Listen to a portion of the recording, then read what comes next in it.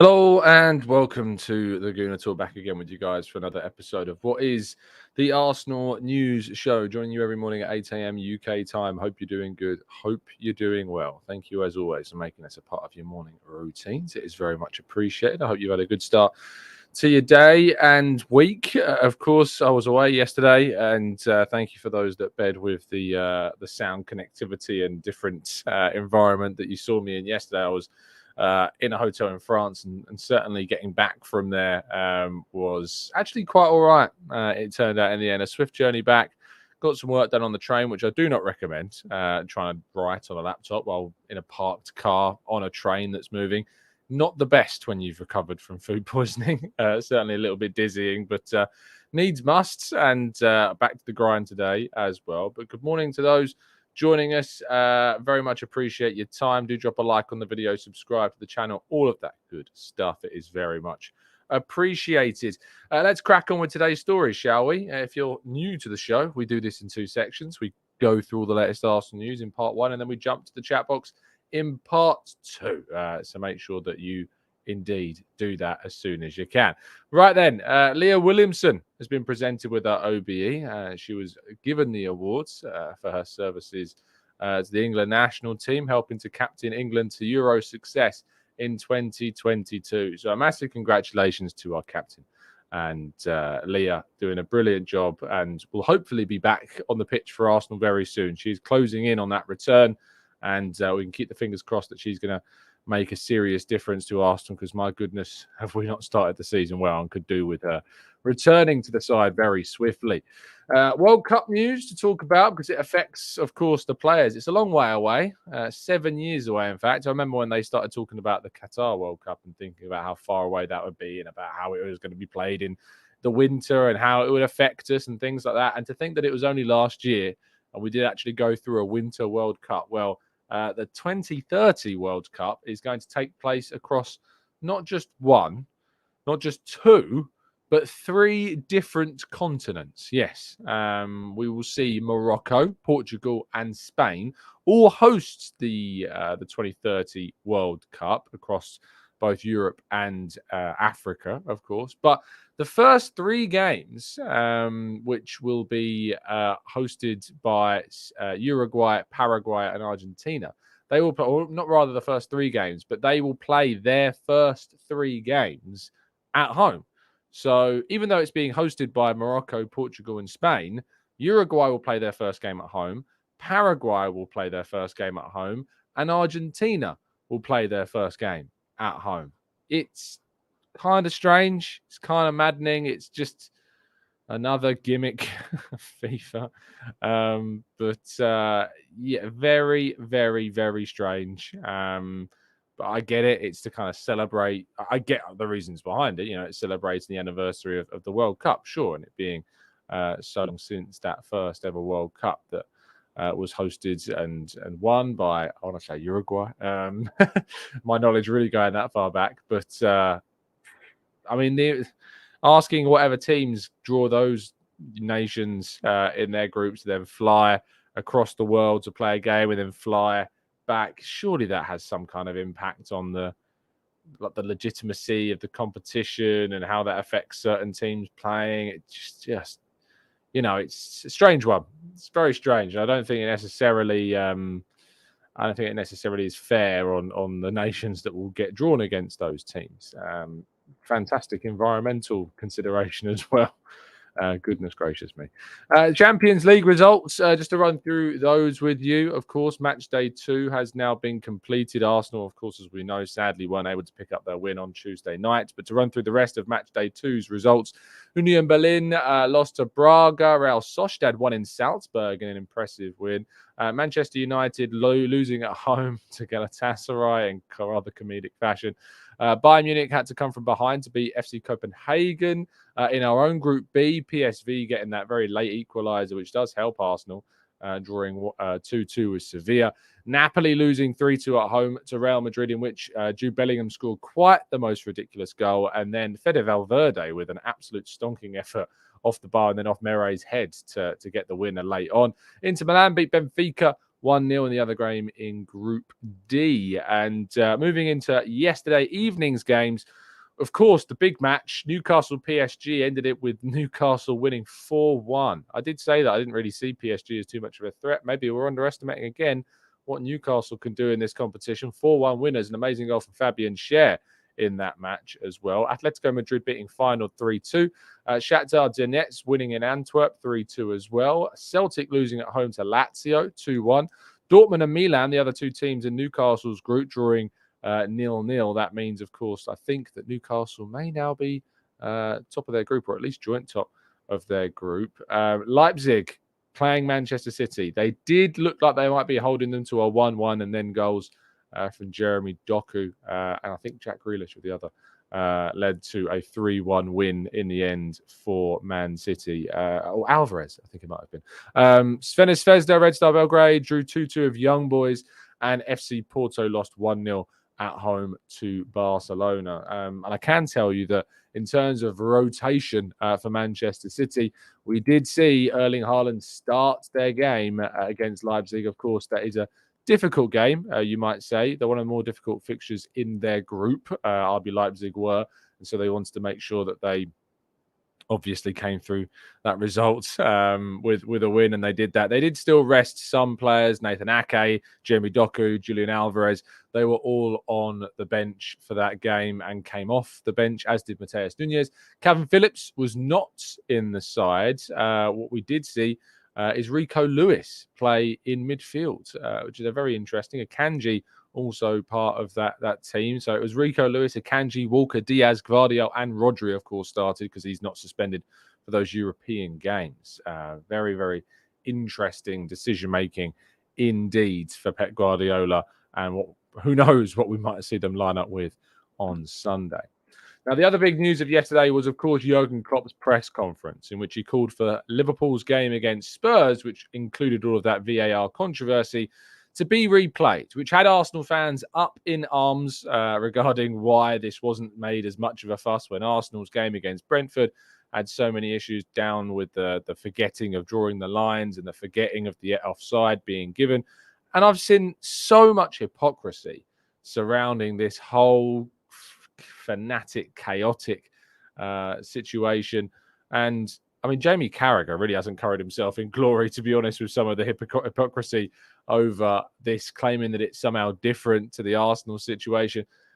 All it was, the only difference is, I guess, that the decision on field was what was forgotten. And in Arsenal's, it was that they forgot to actually check the offside. I mean, they are two very similar things. It's two different things when you word them. And obviously the outcomes are the same in regards to a team being screwed over. And one, a goal was given, whereas in the other, a goal wasn't. But it's still exceptionally similar in terms of like just forgetfulness being the reason as to why both teams were screwed over.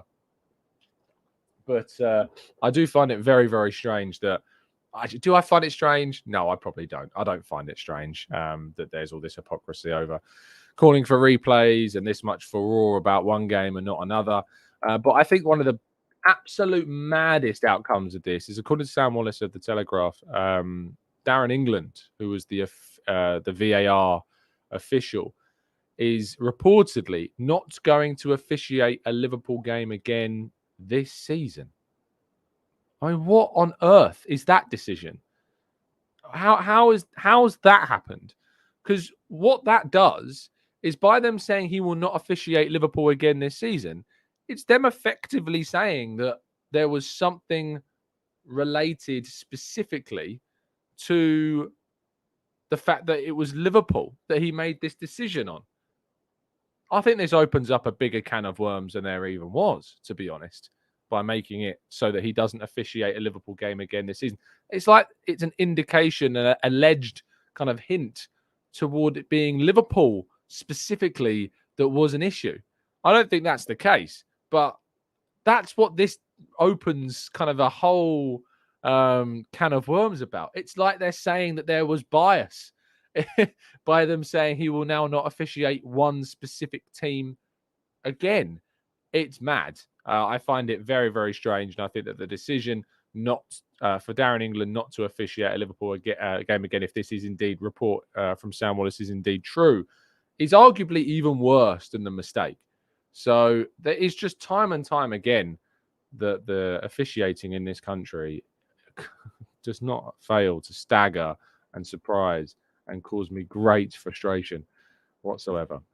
Anyway, the big news regarding Arsenal is not Ben White, even though that's the words on the screen, but Saka's injury latest is more positive than maybe we were expecting, and that's really, really good news. Saka's injury latest is that it's not said to be serious, this problem, this hamstring issue that he has suffered, and there are reports that have been coming out from multiple lines yesterday suggesting that they haven't completely, it's not completely kind of ruled out necessarily that he might play against Man City. We're still waiting for an official line from the club, and we'll hear that, of course, on Friday when Arteta does his press conference. But yeah, it's not completely ruled out that he will not play or will play, whatever the wording is. It's whatever the wording is needs to be, but it's not ruled out that he could be there that he couldn't be there on Sunday to play against City. In short, he might be available. That's the best way to put it, I guess. It's not guaranteed. It's not completely ruled out. He could be there. But whether or not they'll risk him, we'll have to wait and see. Martinelli, again, A1, we'll have to find out from Arteta at the end of this week. We haven't yet got an official line on Martinelli's status. We will have to wait to the end of this week. But regarding Bukayo Saka, there's hope. But what I am going to be very frustrated about is the England national team decision. Now, we are expecting Gareth Southgate to make an announcement on the squad for the next round of international matches set to take place next week. If Bukayo Saka is in that squad, I will lose my mind, because it would be the stupidest decision to include Bukayo Saka in the squad. Give the man a rest. Give him the chance to just relax, recover. And it's in England's interest, not just Arsenal's, to rest Bukayo Saka. Please, goodness me, please rest him. Please. If it's not clear, I'm kind of desperate at this stage. Please rest Bukayo Saka. I implore you.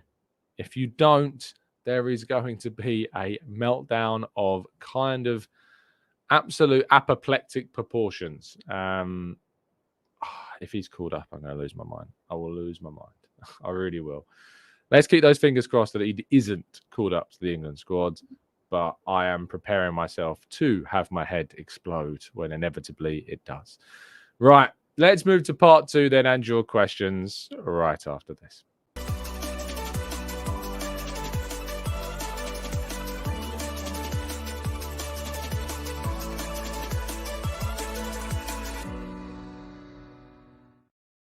Right, okay, let's jump into the chat. And tackle some of your thoughts. Damien says, can Arsenal pull Saka from the England squad if selected? As far as I'm aware, I think they can speak to the FA and speak to Gareth Southgate and suggest that Saka should not be called up to the squad. I hope that Arsenal do everything within their power to prevent Saka from going to England duty. I really, really, really hope that they do everything within their power to not. The guy needs to be rested. He needs a break. It is ludicrous that he would get involved. We see teams all the time pull players out that suddenly it's, he's not going to be available for England duty, and then they're playing the first Premier League game when they're back. Like, it happens all the time. We need to make sure that we are protecting players. And if he plays for England, it's just not beneficial for him. Yeah, and Bowen's been playing really well, A1, exactly. I'd absolutely play Jarrod Bowen. He's been doing really well for West Ham. You've got him to play. Play Bowen instead. Play Bowen instead. Amberly says, Partey's been called up for the Ghana national side after not playing a minute for over 2 months too. You have to laugh. He is technically back fit now. You know, he's in the squad on Tuesday. He's probably going to be in the squad We expect him to be in the squad for the City game. So it's not really surprising that he's been called up for Ghana because he is their best player. But it's the I actually meant to include Partey in the first section. So thank you, Family, for reminding me that one. Partey has indeed been called up for the Ghanaian national side over this week. Derek says, Tom, I'm very worried for Sunday. I think City will roll us over. I also hope that I eat my words, but I'm not confident at all. And look, Man City are an exceptional side, so I'm not surprised that you feel that way, Derek. To be honest, they are a brilliant, brilliant team. But let's keep optimism high. Let's keep our fingers crossed that we can do the business. Maximir says, Tom, remember we were shouting our lungs out in this forum for last season that Saka needs to be rested. We were told by Arteta the best players on earth don't get rested. We've gone from amber to deep red on this one now. I don't think it's entirely true that the best players on earth get rested. We talked about the Erling Haaland situation before the game against Liverpool. Haaland was rested for their Champions League game last season. I think the best players in the world do get rested before big games. And that shouldn't have been any different for Saka either. Mike says, Saka plays at the weekend and goes with England or doesn't do either. That's the choice. I think... Oh, it's so tough, isn't it?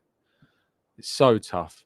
Maybe it's a poll, that one. I'm going to throw it into the chat box. Here's our poll. So, either. So, here's your choice. Choose one.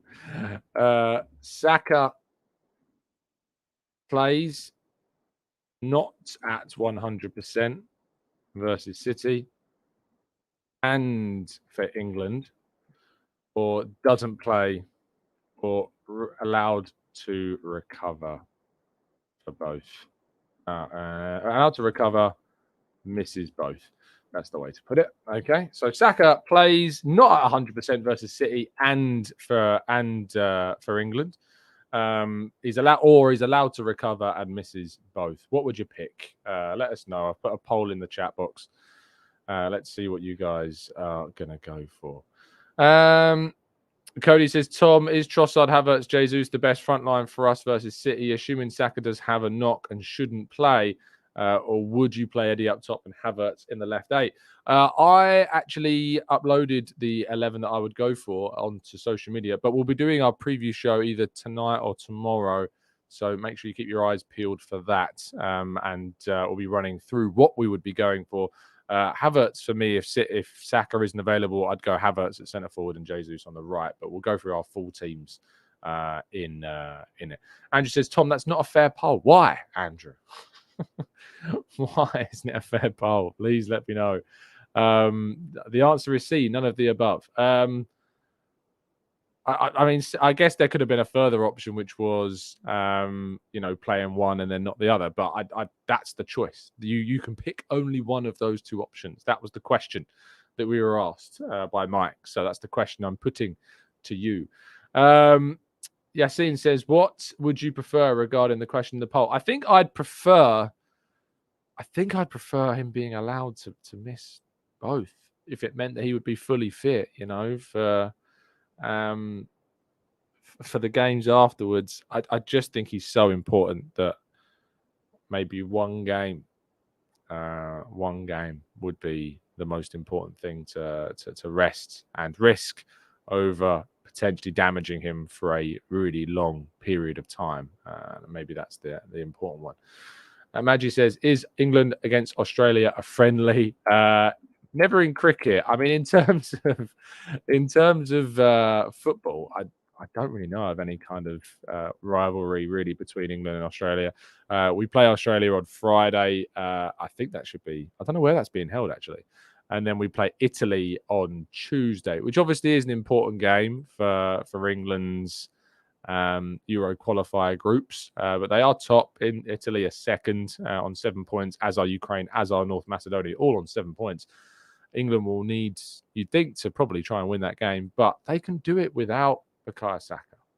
So please, please, please, do rest Bukayo Saka. Byron says, Saka needs a rest, plain and simple. We all know how tired he was towards the end of last season. Filosu says, even if he plays, he can come on at half-time and still not play. for England. Benj says, Tom, can we please stop the left 8 gimmick for Havertz? Stick him up top and Jesus on the right and put Smith Rowe in that space and tell him to drive and track back. Simple. Ade says, Tom, even Pepe says he would rest his best players and play the kids because the modern Premier League players are so overworked. I do tend to agree. I think they are absolutely overworked. Dwayne says, Tom, if you could turn back time, would you let Reece go and hijack the Diaby deal from Aston Villa? Would I rather have Moussa Diaby than Reece Nelson? Yeah, I would. I think he's obviously a more accomplished and more rounded and a high-level player, I think, than Reece Nelson. But it just wasn't that simple, Dwayne. It's not the same as letting a player go and then investing 50-odd million quid in somebody. It's not as easy as that. So sadly, I don't think that was ever a possibility. Benji says, Tom, can we think about putting Odegaard in the left centre mid role and putting someone else on the right? It might increase the creative numbers being left-footed. I mean, Havertz is left-footed, so it's not necessarily changed things dramatically for that side. I think that Havertz is better on the right of a central attacking midfield role, but I think I'd personally play Havertz as centre forward in a position or just off of the striker if I was to use Havertz in any kind of game. Amira says, Real and Bayern were two other clubs also interested in Havertz. Other than Arteta and living in London, what do you think made him choose us? Know anything about how other clubs would have used him? No, I don't, actually. It's an interesting question regarding how they might have used him differently and if the role that Arteta sold him was something that made him want to join us. Staying in London, obviously, is always a big factor for players. We don't know the specifics of why he chose, but I think staying in the Premier League, a chance maybe to try and prove himself. But I agree. We did a phone-in show last night, which you can listen and watch on YouTube only. It's not available on audio platforms, but on YouTube, you can go back and watch that. But what I would say is that, we're in a situation now with I don't know how to rightly word this because it's so difficult with Kai Havertz to say the wrong thing. It's so easy to say the wrong thing with Kai Havertz these days. He is somebody that sparks so much frustration from fans and so much irritation, from supporters. And they want to see more. Our phone-in show last night, Justice talked about his frustration with the player. I really hope that we see an improvement in his attitude. Not his attitude, that's the wrong word. Is an improvement in his application.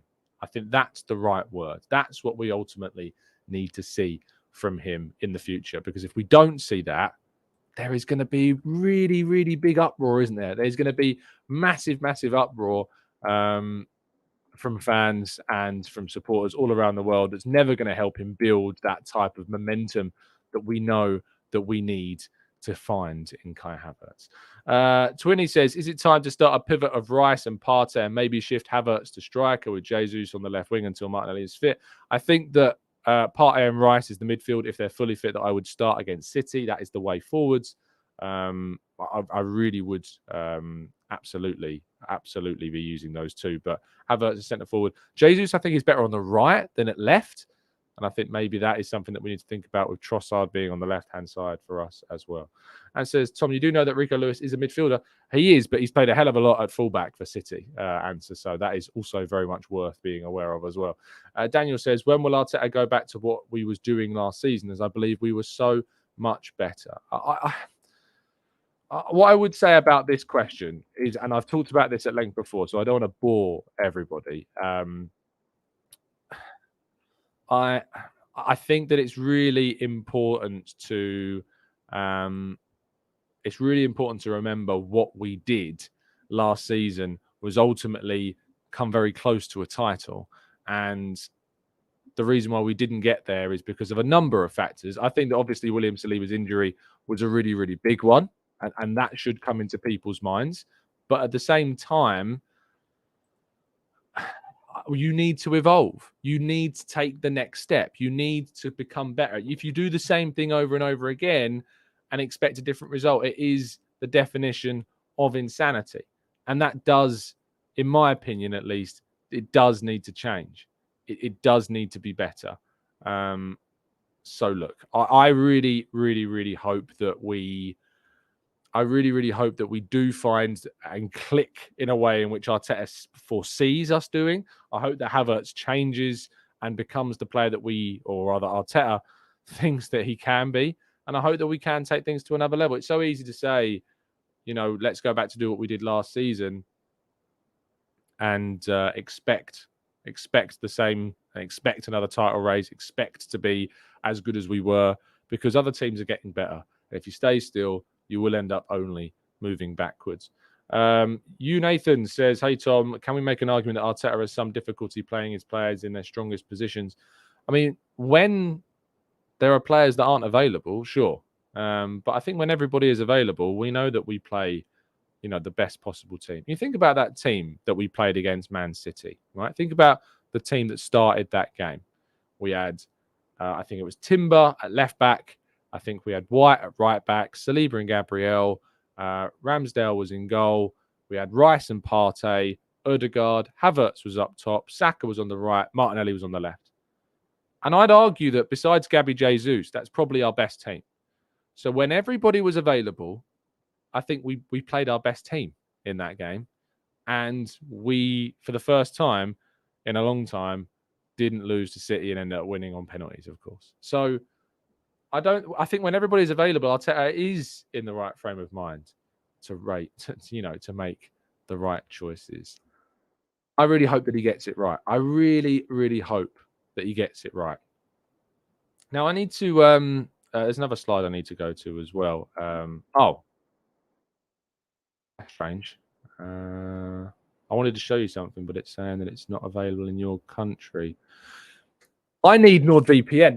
That's what I need. I need NordVPN because if I have NordVPN, then that message. Have you ever been in a situation where you want to watch a video and it says it's not available in your country? NordVPN is the thing that you need. You need NordVPN because if you get that, that is what is going to solve that issue. I was in France the other day, as you well know. I was at the Arsenal Lens game. So when I was in France and I got back to my hotel room, I wanted to watch back the highlights on TNT Sports of all of the games. I wanted to watch all of them back, and I jumped onto YouTube, and I went on to searching for the Galatasaray Man United game, and I couldn't watch the games because they weren't showing up. They weren't showing up in my search list, and I was thinking, why is this not working? I just want to go on to. I just want to watch the games. I just want to watch the goals. But do you know what I did? I used my NordVPN app, and I changed my geolocation to the UK, and in a split second, I was watching Mauro Icardi score against Man United in all the comedic and glorious fashion that I needed him to.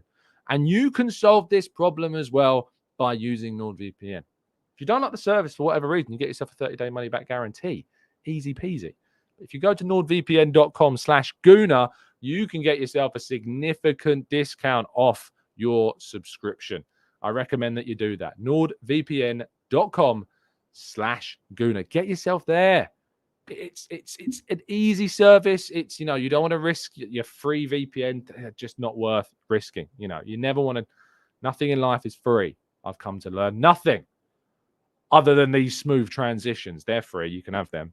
But the best way to ensure that you have the best service is to make sure that you invest in one. And I recommend investing in NordVPN. If you don't like it, then you've got a 30-day money-back guarantee to defend you from it. So make sure you do it.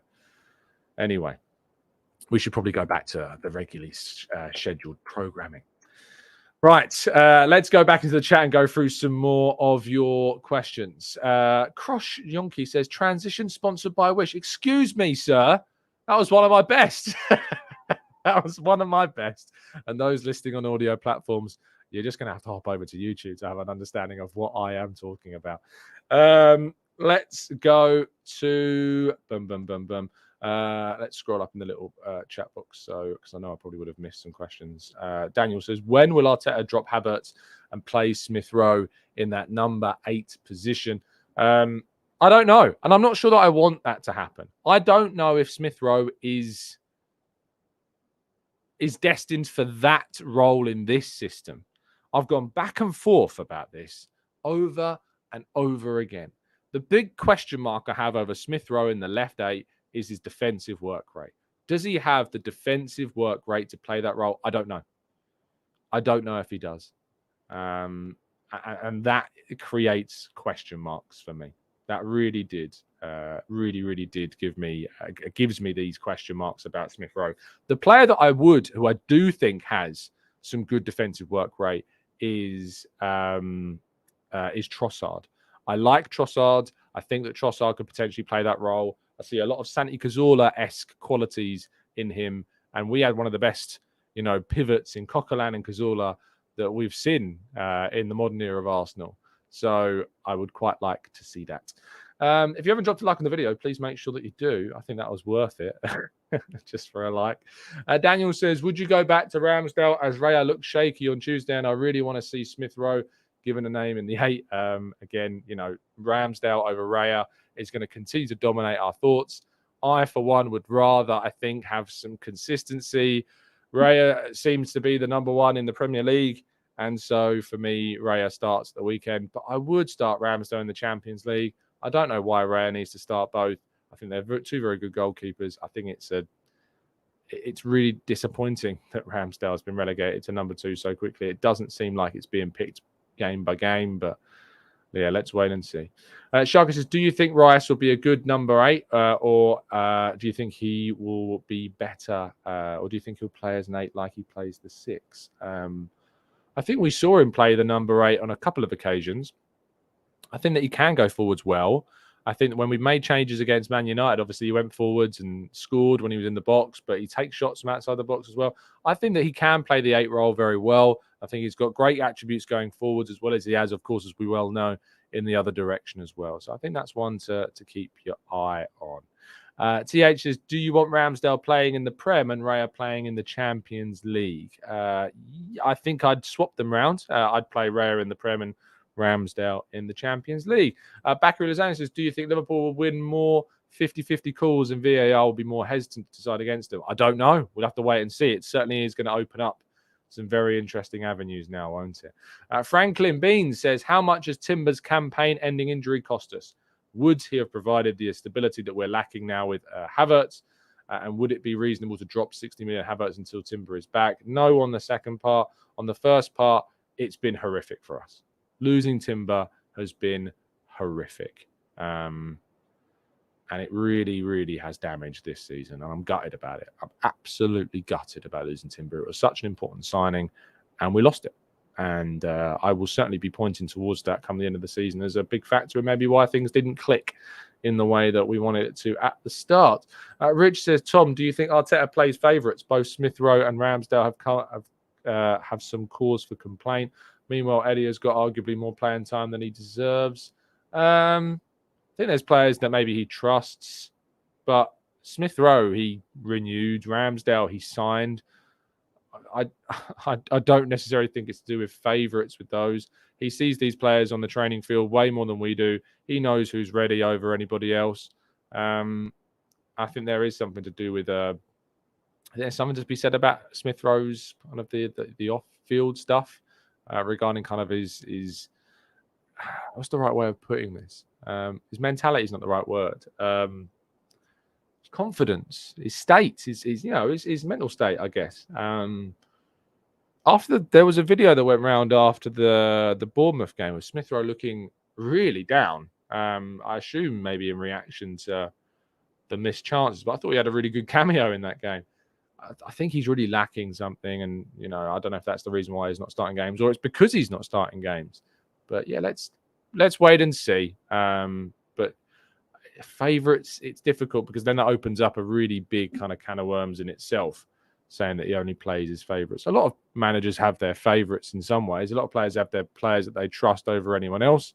It's very normal for coaches to have those, and sometimes we as fans don't agree.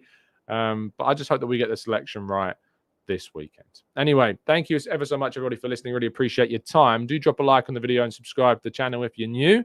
Have a fantastic day. I will see you tomorrow morning once again, 8 a.m. bright and early for all the latest updates around Arsenal. And yeah, enjoy yourselves. And as always, up the Arsenal.